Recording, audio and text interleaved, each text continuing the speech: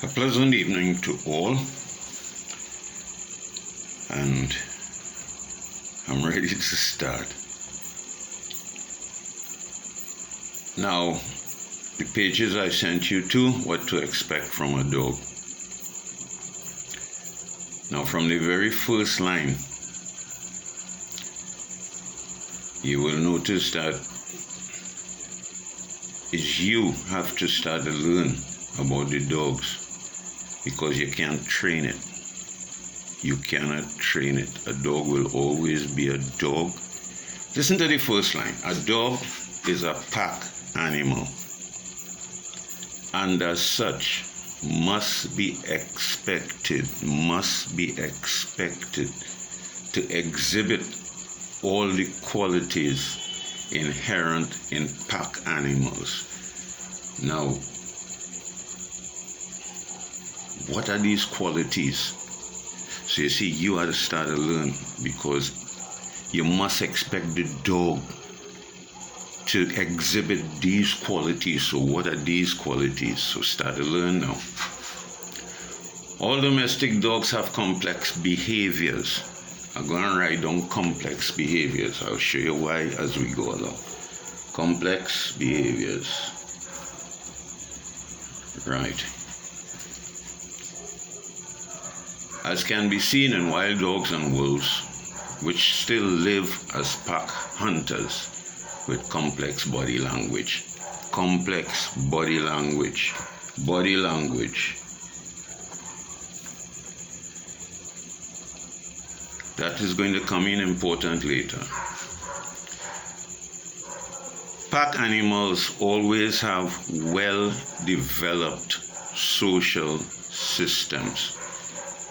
It's not ad hoc as we live with the dogs. It is not ad hoc. It's like if you go to a court, let's say, everybody know when the magistrate or whoever walk in, everybody must stand up. If you're in the army, you need to do certain things. You know, it's a disciplined something. That is what a pack is like. A pack is a disciplined something. You will understand more as we go along. But again, this is where you have to learn. You're not going to be training the dog. Understand this at the end. Okay. Right, and body language. Pack animals always have well-developed social systems. This system establishes orderly relations. This system establishes orderly relations amongst its members. Now, this is what you're bringing into your house. It's in a dog's DNA. A dog can't be different to what a dog was born to be. A lion can't be different to what a lion was born to be. A monkey can't be different to what a monkey was born to be. Don't expect a dog to be any different. A dog could only be a dog, and this is what a dog is, okay? And this orderly relations amongst its members, which is necessary, and I put that in bold letters, for the group to function efficiently. And they also have a process of communication.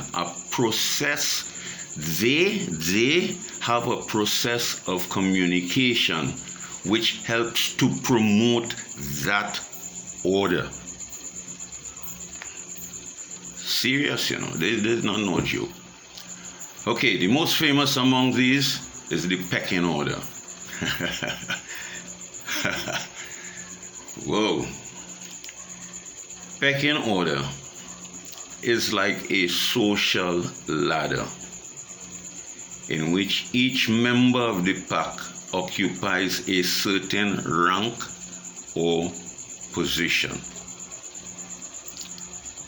Now, I want to explain that to you. It's simple. The reason why I use the word ladder, just picture an ordinary ladder, and there's no two dogs, there's no two rungs in any ladder. It's 1, 1, 1, 1, 1, 1, 1. So is the same system with dogs. The packing order.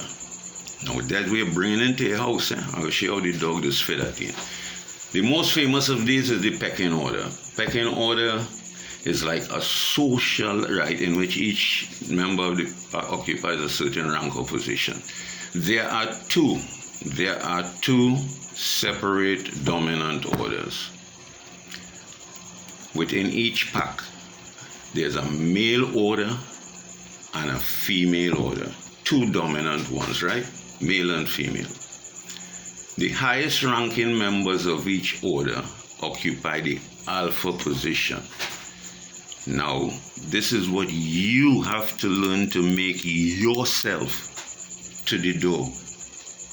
The dog must see you as the leader, whether male or female. Let me read that over. There are two separate dominant orders within each pack, a male or a female. So whether you are male or female, I'm trying to show you that you have to establish the order and establish yourself as the highest ranking member of the pack. And you would be the alpha position. Alpha is followed by beta and so on, like I say, each step down the ladder, until the last position, which is called the omega. Now, it is very rare to see two individuals, as I say, sharing equal status. That don't happen. Okay. Let me continue here now. Alpha positions are usually occupied by a mated pair. A mated pair. Okay. So whoever the dog see as the two adults in the house. This is what the dog seeing. This is what the dog knows. You can't change these things. So whoever is the two eldest in the house, the dog is going to eventually figure it out. They are expected to be the alpha. And if they are not exhibiting that, you will find out the dog will fit in and take the place. You'll understand how it goes, right? Ta-da-da-da.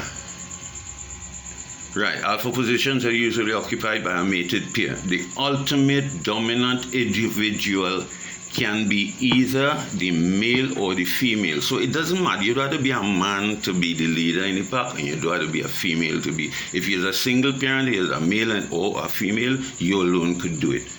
The respect will be there. And that individual, now this is important, this is what you have to understand. That individual, which is you, this is what you're making yourself to the dog, directs the activities of the pack. I will demonstrate that to you Friday morning when I do the video. I will show you how I demonstrate the activities of the pack. A lot of people watching this now are supposed to know this, because they have visited here and they have seen it. Okay. I've even shown them on WhatsApp, like I'm going to do with you Friday morning. Okay. Now, the older a pack is, the more the dog stays in your pack. The more stable its social structure becomes. Now, if you are maintaining a certain system, it's the more stable it would be. It wouldn't change. Okay. It's you to maintain it. You can't let things go ad hoc all the time and then one day come and expect it to be. It's not magic. Okay, and it's not no sit and stay and wherever. You're establishing an order. There's not no commands, right? The more stable the structure becomes, right? Most conflicts within a pack are not severe. Some behavior may appear severe as the animals display realistic threatening postures, noise, and fighting. Now, you see postures, that's the same thing like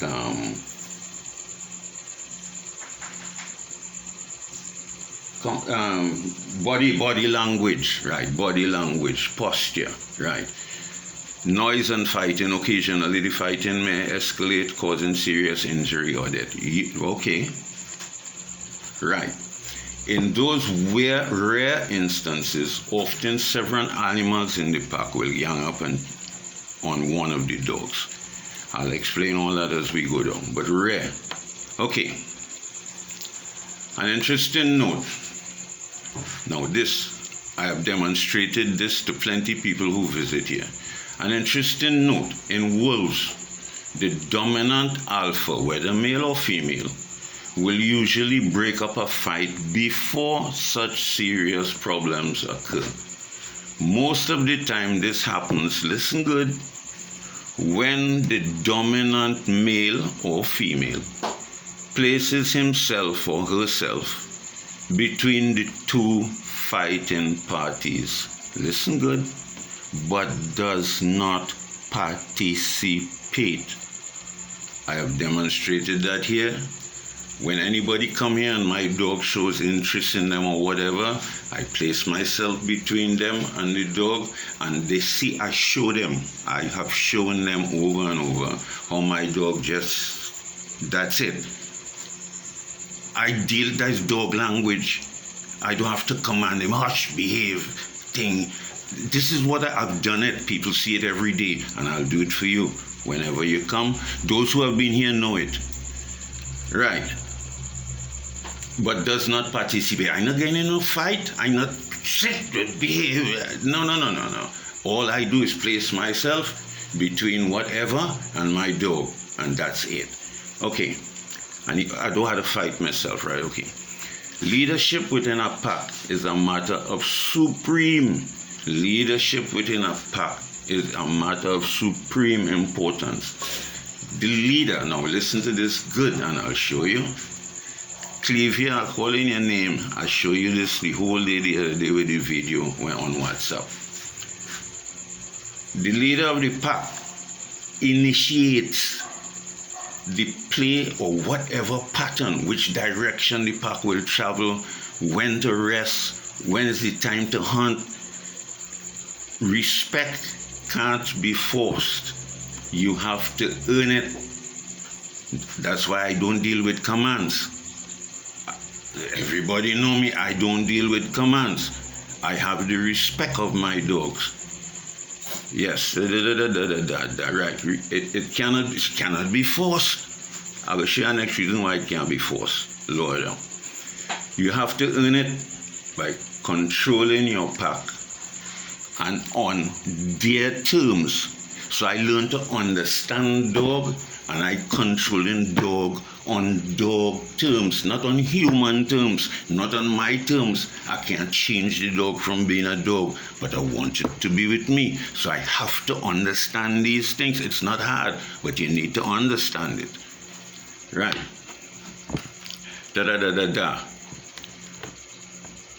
A real established leader rarely has his authority challenged. I don't get my challenge. You become an alpha leader by making all the decisions for the pack. All. You direct all pack activities. You eat first. You go through the... Listen, this is simple things, but it's important. You eat first. You go through the doorway first. You determine which dog gets attention and when it's given. Your dog mustn't come to you to play and you play with your dog. No.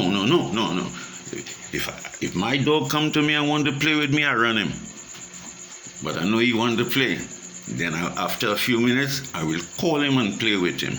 He mustn't initiate the play. It's simple, but hey, this is what a dog knows. And if you lapse with that, one day he will show you he does be initiating it all the time. He used to go through the door first. He used to run in front. He will show you he used to do it.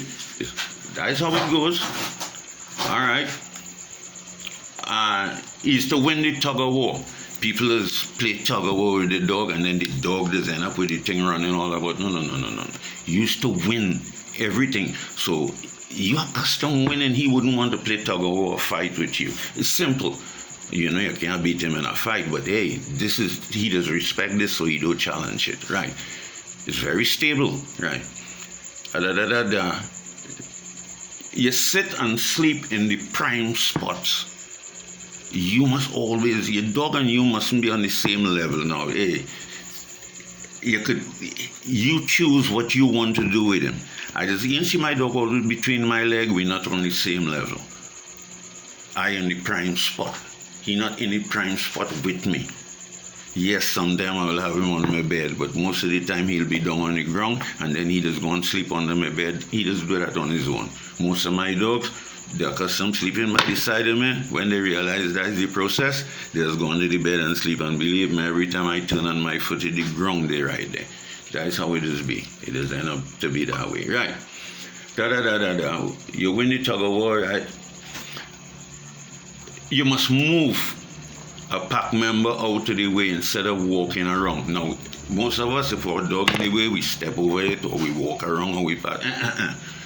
No. He in the prime spot there. I want to pass. I push you away. I stand up and watch you. You're playing here. I say move. You move. I'm not stepping over you or passing around you. These are simple things, but this is what dog knows. This is dog. So, right. And